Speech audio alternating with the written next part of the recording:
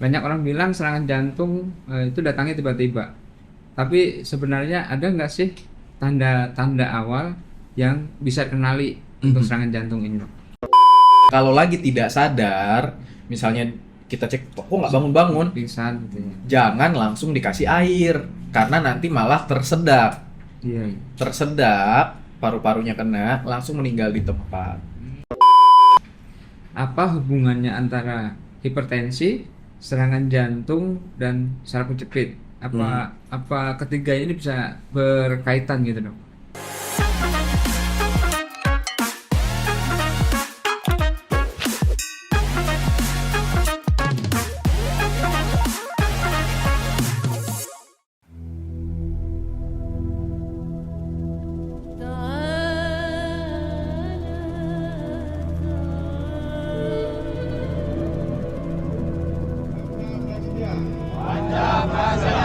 Serikat Pekerja Kimia, Energi dan Pertambangan, Serikat Pekerja seluruh Indonesia. Kami warga Serikat Pekerja Kimia, Energi dan Pertambangan,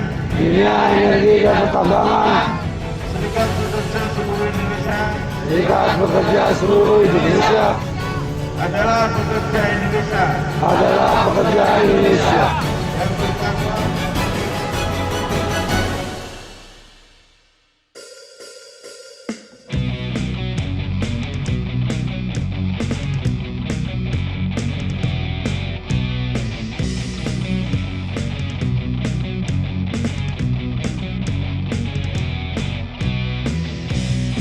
Biru ini menyatu jiwa, raga terpacu sampai kan inspirasimu. Jangan lupa untuk berdoa, walau rintangan kita kan tetap terjang. Ayo berjuang,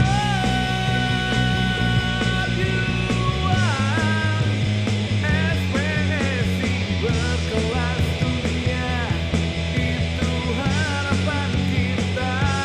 Pantang menyerah, yuk bergerak dengan damai. SPSI to be the winner.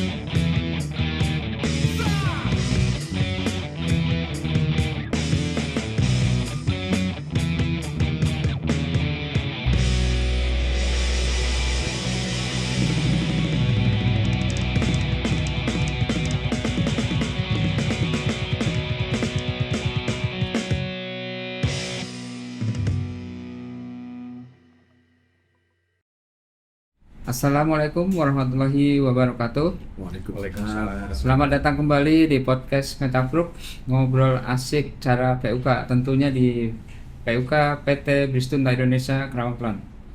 Di episode kali ini kita akan bahas topik yang sering dianggap sepele tapi bisa berdampak besar pada hidup kita, yaitu hipertensi, serangan jantung, dan saraf kejepit. Nah, judul episode kali ini adalah sinyal bahaya dari tubuh.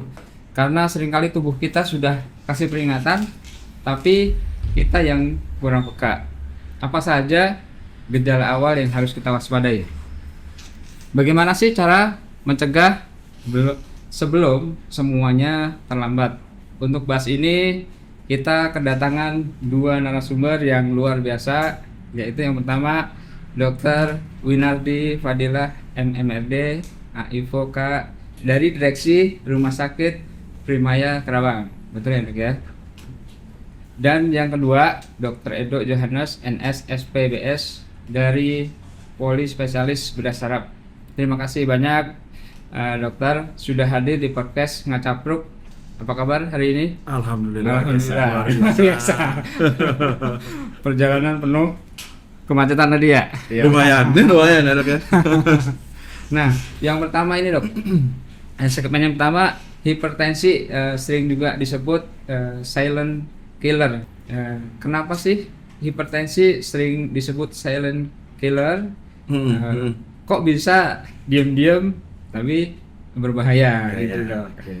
Iya. Betul ya. Jadi memang hipertensi itu salah satunya yang merupakan silent killer. Makanya saya ajak Dokter Edo juga nih ke sini. Karena salah satu komplikasi dari hipertensi ini nanti nyambung sama Dokter Edo ya. Siap. Mungkin saya jelaskan. Jadi kenapa dia disebut dengan silent killer? Ya karena sebenarnya gejalanya nggak ada hipertensi itu. Gitu. Nah kalau di awal-awal kita hipertensi itu ya udah kayak orang normal aja.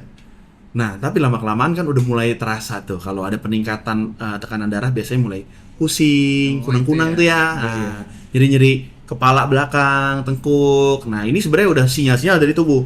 Tapi masyarakat kita tuh kadang menyepelekan. Nah, rata-rata tuh ngapain sih mereka? Ditidurin aja udah enak. Nah sebenarnya kita harus cek lagi relate-nya kemana. Nah, yang paling gampang adalah kesadaran masyarakat kita ya. Untuk pemeriksaan kesehatannya terkait dengan hipertensi, ya otomatis harus di tensi ya. Oh gitu. Ya tensi itu kan bisa banyak dari mana-mana tuh, di mana-mana sekarang. Maaf dok, tadi terasa di Belakang kepala ya? atau depan kepala seperti kunang-kunang. Nah itu salah satunya. Gitu. Kalau bagian tubuh lain sih biasanya untuk hipertensi nggak terlalu berasa apapun. Kan biasanya di kepala itu ada yang terasa di kanan atau di kiri, sama saja. Nggak spesifik sih, Dokter Edo ya. Iya. Nah ini Dokter Edo memang dia pakarnya di bidang kepala ya, di otak nih ya. Nah salah satu efeknya mungkin dok kalau misalnya hipertensi mana dok? Iya, jadi kalau di otak tuh hipertensi komplikasi terakhirnya nanti bisa bikin pembuluh darahnya pecah atau orang sini mah taunya stroke-nya. Oh, Nah, stroke itu kalau tensinya tadi nggak kita kontrol, dia pecah. Makanya tadi Dokter Win juga bilang, yang walaupun awal-awal udah ada alarmnya itu, walaupun dikit-dikit, segerakan dicek gitu, medical check up. Sehingga ketahuan dari awal, supaya tidak perlu sampai ke bedah saraf ke saya. Oke, baik. Kalau misalkan dibiarkan, apa yang akan terdampak pada orang tersebut? Ya kalau misalnya dari hipertensinya ya kita ngomong ya salah satu dibiarkan ya otomatis yang pertama tadi stroke-nya dia bisa pecah pembuluh darahnya ya atau juga mungkin bisa sumbatan ya, tapi mostly kalau dengan hipertensi sih kebanyakan pecah ya dok ya, pecah akhirnya kan ada gumpalan darah di dalam otak. Nantinya akhirnya ke Dokter Edo ini gitu loh untuk dikeluarkan darahnya. Selain itu bisa juga ya menyebabkan serangan jantung. Nah kenapa bisa serangan jantung ya, karena tadi kalau hipertensi ini kan dia tekanan di dalamnya tuh tinggi di dalam selangnya itu ya. Nah kan di dalam selangnya ini kita banyak partikel-partikel yang menempel kadang. Gitu. Nah ada salah satunya lemak lah. Ya kalau dipompa terus set kencang karena tekanannya kencang dia lepas nyumbat di jantung akhirnya jadi serangan jantung. Apakah juga ada nih dok? Ada apa? Dengan gaya hidup mungkin seperti apa sih yang bisa bantu untuk menurunkan atau mengontrol tekanan darah? untuk Oke. mencegah hipertensi itu Mm-mm. gaya hidup yang seperti apa? Karena kan kita anggota itu kan ada yang shift 1, shift 2, shift 3. Tentunya kan pola istirahat juga mungkin berpengaruh ya. Mungkin dari segi vaskular dok, gimana dok? Jadi gaya hidup itu merupakan salah satu yang paling penting kita perhatikan untuk hipertensi. Selain juga obatnya, kalau hipertensi itu harus seumur hidup ya. Kalau memang sudah hipertensi seumur hidup harus minum obat, dosisnya disesuaikan sama dokter. Tapi yang paling penting adalah gaya hidup tadi. Makanya untuk kita pegawai ini jangan lupa istirahat yang cukup. Atau misalnya dia shift 2 tapi ya shift satunya istirahat. Dan juga kalau memang sudah terdiagnosis hipertensi, pola makan juga harus dijaga. Berarti tidak boleh makan garam. Kopi itu harus dikurangin yang low kafein gitu. Apalagi pekerja anggota nih dok, hobinya Iya, ngopi. Nama ini ya pak? Sama ini. Merokok Iya, ya. betul. Itu. Ya rokok kan bisa menyebabkan si vaskularnya itu Nikotin konturnya itu ya jadi kaku. Oh, Gitu. Harusnya kan si pembuluh darah kita tuh kan bisa ini ya gitu. Tapi kalau gara-gara rokok ini bisa kaku. Nah ini yang penting nih dok. Apakah hipertensi itu bisa sembuh total atau hanya bisa dikontrol aja saja gitu dok? Enggak sih, setahu saya sih sembuh sih minimal susah ya. Sebenarnya kata sembuh tuh adalah kita bisa beraktivitas sehari-hari Dengan- tanpa ada halangan. Iya. Oh iya. Dengan- betul. Mengatur obatnya. Jadi setiap kita sudah tahu di hipertensi harus selalu dicek rutin ke rumah sakit. Kadang obatnya tuh mungkin awalnya 3 macam, Iya. tapi lama-lama jadi 1 macam dosis kecil, tapi tidak boleh berhenti. Tapi mungkin Itu terus menerus itu berarti. iya, dan harus dibarengin juga dengan olahraga tadi yang saya lupa bilang. Jadi kalau bisa nanti sama-sama anggota olahraga tuh dirutinkan. Tapi olahraga yang mana? Olahraga yang juga terukur gitu. Kadang-kadang kalau olahraga terporsir sering tuh masih usia muda main futsal, tiba-tiba hipertensi atau serangan jantung Karena atau karena pecah dipaksakan pembuluh ya. darah. Iya. Nah untuk olahraga itu sendiri untuk mencegah hipertensi ini, itu baiknya 1 minggu itu baiknya berapa kali dan olahraga seperti apa dok? Iya. Untuk mencegah Kalau sih gampangnya hipertensi? ya, kalau gampangnya kadang kan kita juga bukan yang kompetitif ya dalam artian. Nah sekarang kan eranya tuh kadang suka pengen kompetitif lari 10 kilo gitu ya. Pace-nya berapa? Pace-nya berapa? 6, 5. Ya kan sebenarnya olahraga yang kalau untuk kita ya nggak seperti itu sih. Cukup sebenarnya jalan 2 sampai 3 kali dalam seminggu, jalan kaki aja selama 30 menit. Gitu. Itu sebenarnya sudah cukup. Ya kalau misalnya kita mau lebih dari itu ya dirutinkan atau misalnya dengan latihan-latihan yang lain seperti latihan beban ringan dan lain sebagainya. Baik, terima kasih dok, ilmu sangat bermanfaat sekali ini. Teman-teman. Mungkin menambahkan sedikit Oh, kalau baik, misalnya di silakan, anggota Dok, Edo. mau olahraga tuh nanti dipisah umurnya. Jadi Nah, jangan iya. Ya, betul. Kategori yang ya, 20 usia. 30 dibarengin sama yang umur 45 50 kan. Beda. Iya. Gitu. Baik, ini yang segmen kedua dok. Serangan jantung atau detik-detik penentu. Karena kenapa detik penentu ini kan pada saat kita nggak tahu ya kapan kita terjadi serangan jantung itu. Nah, banyak orang bilang serangan jantung itu datangnya tiba-tiba. Tapi sebenarnya ada nggak sih tanda-tanda awal yang bisa dikenali untuk serangan jantung ini dok? Iya. Sebenarnya kan ya tadi ya balik lagi kita ngomongin hipertensi adalah awal-awalnya di mana nanti pada akhirnya akan bisa ke serangan jantung dan pentingnya medical check up unit. Nah, ketika kita sudah kolesterolnya tinggi, gula darahnya tinggi, ya ini potensial sekali untuk nantinya kita akan mengalami hal seperti itu. Dan tidak lupa kita juga bisa melakukan yang namanya pemeriksaan jantung dengan EKG gitu. Nah, dari EKG ini kita bisa tahu nih iramanya gimana dan lain sebagainya.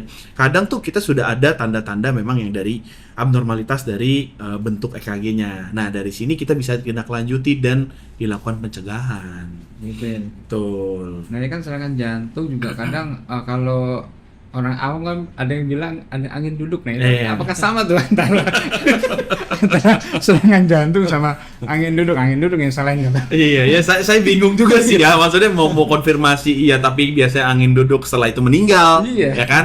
Ya kalau tapi saya bilang iya kan tidak terbukti Tidak secara terbukti, klinis ya. iya. Pasti kita ngomongnya secara klinis.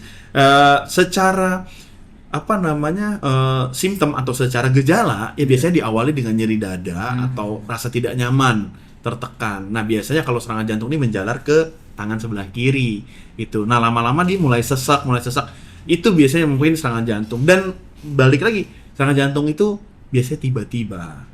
Betul.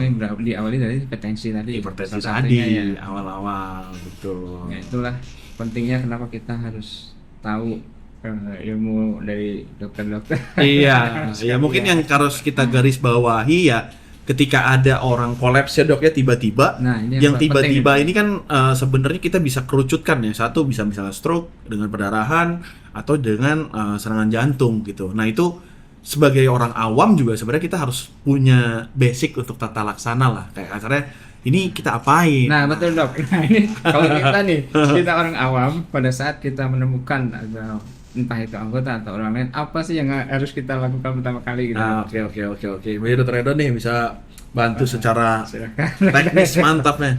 Jadi kalau misalnya kita ketemu nih sesama rekan kerja atau orang di mana gitu tiba-tiba nyeri dada atau tiba-tiba jadi nggak sadar, pertama yang kita harus cek adalah responnya dan pastikan bahwa jalan napasnya bagus gitu. Jangan langsung ucuk-ucuk lagi nggak sadar langsung dikasih air putih kan biasanya ya. Iya biasa diminumin dok. Aus nih kali ini. Nah Cek dulu dia keadaan nafasnya gimana gitu. Kalau dia masih bernafas bagus, cek kesadarannya. Kalau lagi tidak sadar, misalnya kita cek kok nggak bangun-bangun, pingsan gitu ya. jangan langsung dikasih air karena nanti malah tersedak. Iya. Tersedak, paru-parunya kena, langsung meninggal di tempat. Gitu. Kalau dia sadar, posisikan dulu dalam posisi yang aman, dalam keadaan duduk, baru dikasih minum. Kan yang suka-suka tuh lagi pingsan, langsung dikasih teh manis, serot, masuk ke paru-paru, lewat. Iya karena kan kalau orang awam tuh biasanya panik dok. Iya, betul. Karena nggak tahu ilmunya sehingga panik. Iya. Tahu-tahu kasih minum, bahkan entah itu biasanya kan air hangat tuh. Iya. Betul nggak sih dok sebenarnya kalau kita kasih air hangat tuh? Jadi kalau mau dikasih apapun itu, kalau dia dalam keadaan sadar, Keadaan sadar. posisikan dia duduk dulu supaya jalan nafasnya terjaga.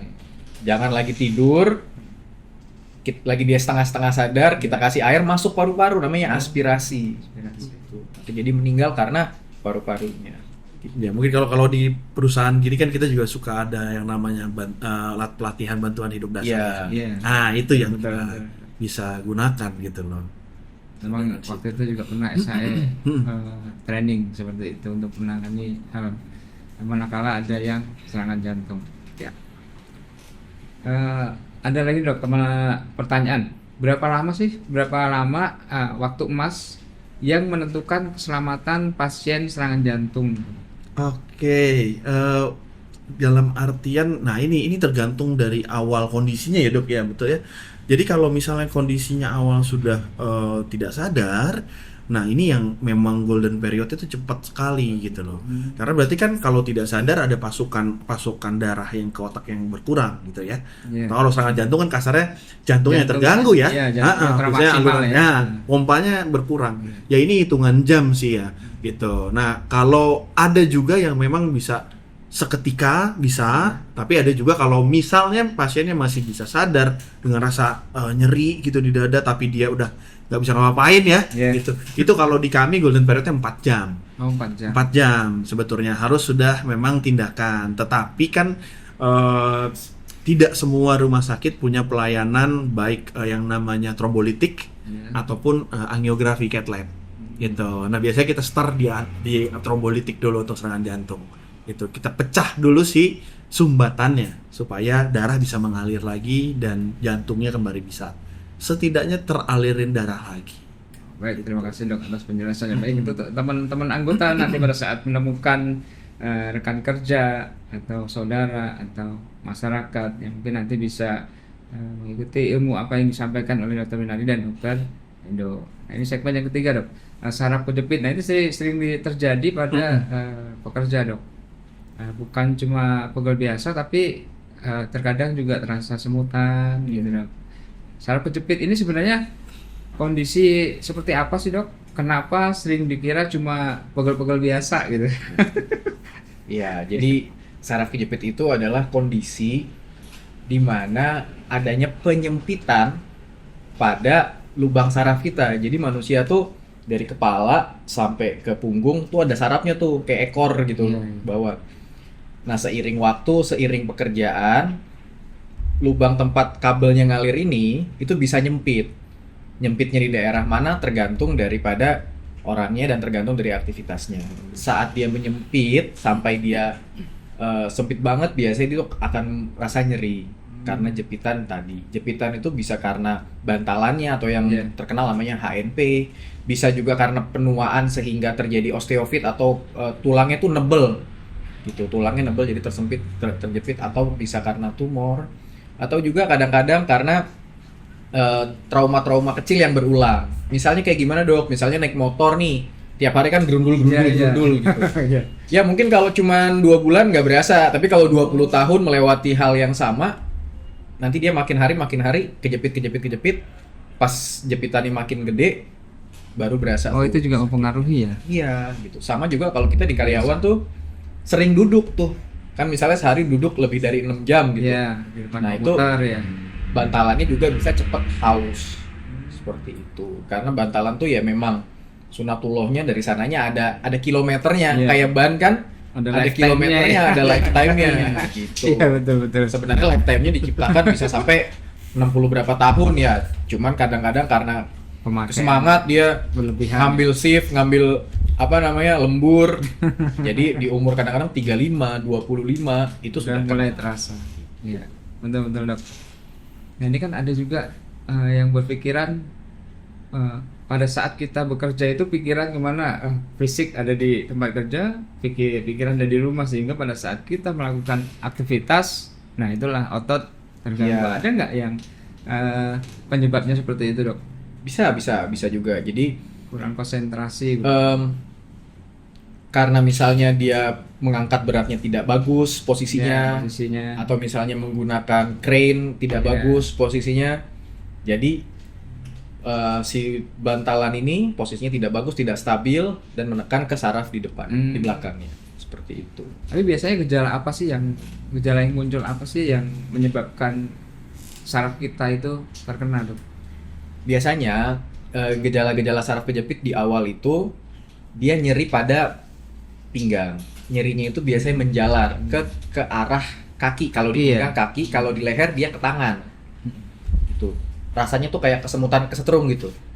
Iya, betul. Nah, kadang-kadang juga bisa sampai kalau memang sudah parah, jalan tuh jadi nggak bisa jauh. Gitu. Paling maksimal di 50 meter. Biasanya bisa jalan jauh, ini 50 meter sakit harus duduk. Begitu duduk membaik, oh berarti benar ada penyempitan. Seperti itu. Kalau untuk penanganan awal pada saat kita sudah mulai terasa nih, tadi kan saraf dari kepala sampai ke punggung itu pegel-pegel. Nah, itu langkah awal apa yang harus kita lakukan, Dok? Oke. Langkah awalnya biasanya kalau nyeri-nyerinya masih awal, kita bisa minum obat-obatan anti nyeri dulu.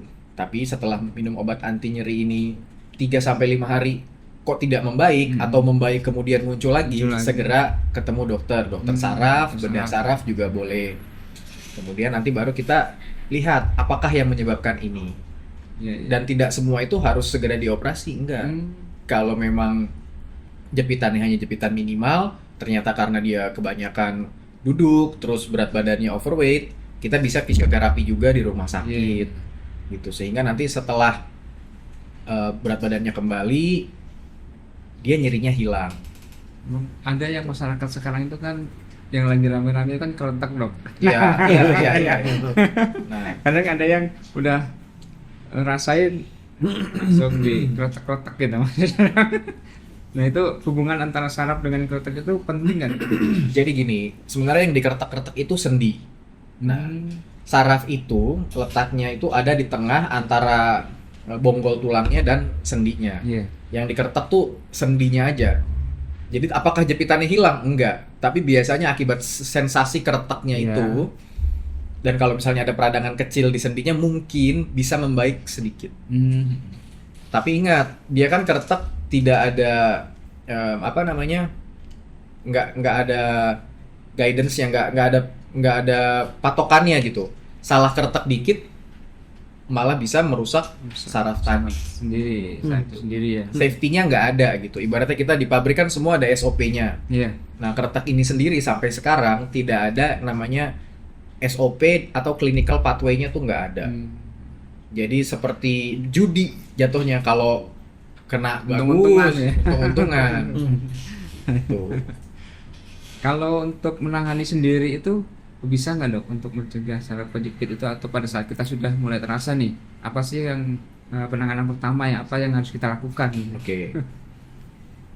Kalau sudah mulai ada nyeri di tulang belakang, baik leher sampai ke belakang, satu, pastikan berat badannya overweight atau enggak, turunkan berat badannya. Kedua, postur tubuhnya dikoreksi. Jadi saat duduk koreksi, mungkin menggunakan korset Iya nih dok, sementara. saya dari tadi koreksi duduk. Iya, itu Iya, adalah, betul. jadi ini benar tadi kata Bapak, kata Dokter Win awal, nyeri itu adalah alarm dari tubuh. Ah iya, sinyal. Kayak misalnya di pabrik nih, tiba-tiba ada alarm. Alarmnya kita cari tahu nih, alarm istirahat, Iya. apa Kebakaran. alarm kebakaran.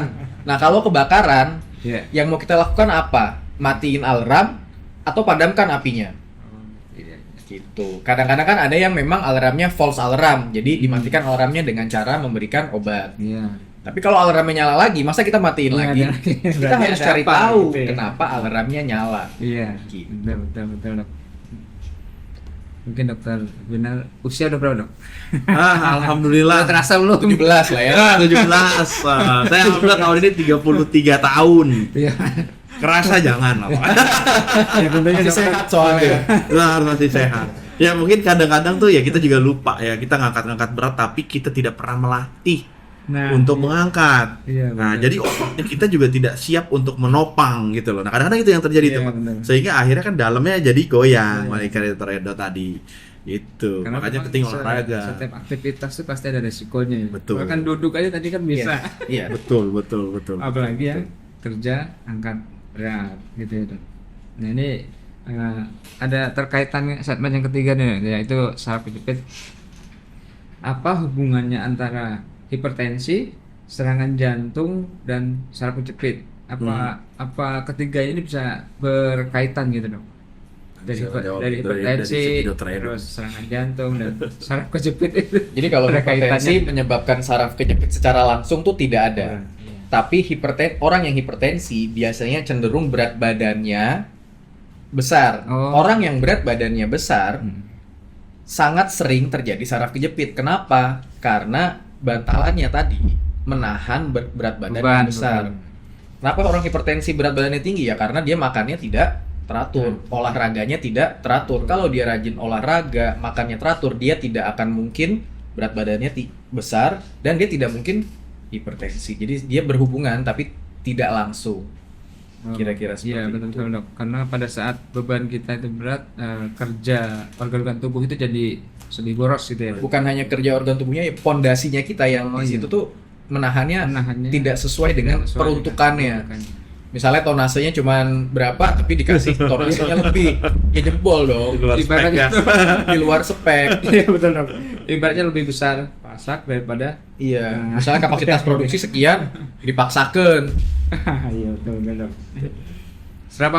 Seberapa besar sih pengaruh stres dan gaya hidup terhadap ketiga kondisi ini, yaitu kondisi hipertensi, serangan jantung, dan saraf kejepit? Karena kan pekerja ini dibilang stres juga karena stres itu kan tidak bisa tidak bisa dilihat juga. Kadang orang diem aja juga ada stres itu kan, ada yang teriak-teriak, ada yang marah-marah, bahkan ada yang diem aja mojok gimana. Laki tidak bercerita kan.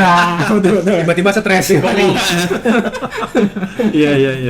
Ya kalau lihat dengan ya kita ngobrolin masalah di pabrik ya. Iya. Karena kan di pabrik itu mungkin kenapa bisa stres pertanyaannya. Padahal Iya, kan betul. ya bisa kerjanya satu pot itu satu orang Iya. dan dia akan mengerjakan itu. Justru hal-hal yang berulang terus-menerus selama berapa lama Buset. ini yang mengakibatkan yang namanya Iya, kan. stres. Awalnya dia bosan dulu, lama-lama kan dia mikir, "Udah kok begini-begini aja ya kan." Nah, kadang-kadang dari situ mulai stres, Berarti. mulai dia lari misalnya kayak ada orang-orang stres tuh ada yang makan ya kan dok, Betul, ada jadinya betul lari Mobil kemana-mana. bengkak nggak enak. Iya. Kalau ada yang stres dia lari 10 km Sehat. sehat. Nah kadang-kadang banyaknya tuh Iya. dia makan jadi tidak Iya, teratur, rebahan terus, itu yang jadi kurang bagus jadinya gitu. Ya memang ini stres itu juga sangat berpengaruh terhadap Sangat, tiga kondisi itu Ya. ya. betul. Nah, untuk mencegah stres itu sendiri gimana? Karena kan apa? Jawabannya udah dijelasin dari awal sebenarnya.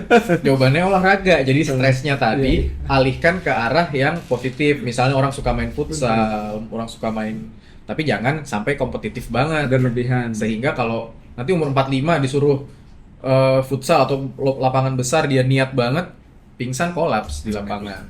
Jadi mungkin kalau usul saya ya mungkin diberikan beberapa opsi ya permainan lah kalau misalnya ini ya, supaya ya dia bisa mengikuti apa sih yang bisa saya ikuti sesuai dengan usianya.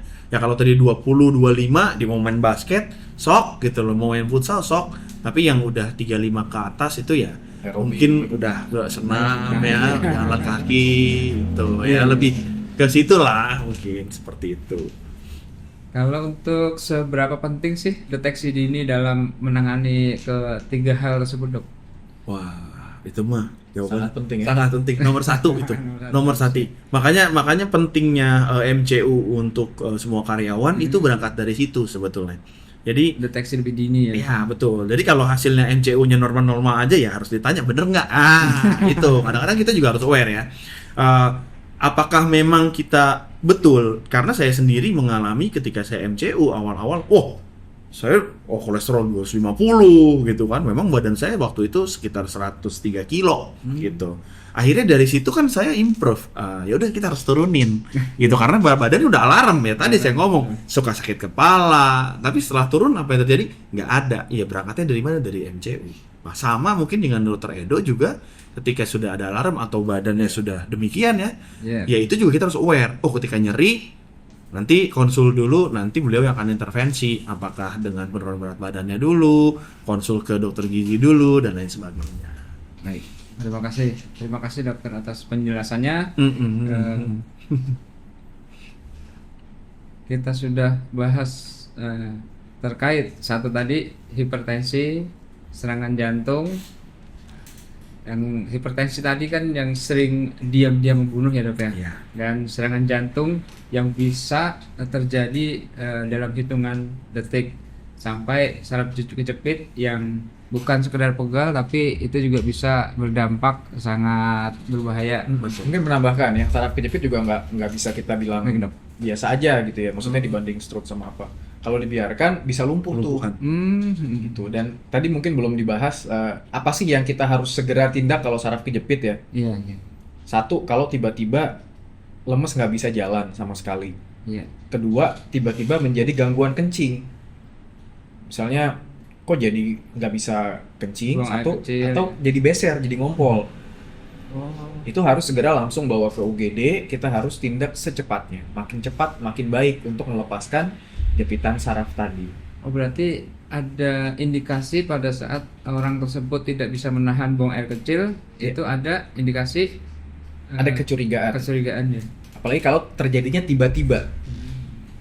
Kayak kemarin kok kayak kencing saya biasa aja, tapi habis ngangkat berat, kok agak kesemutan, terus tiba-tiba saya ngompol nih.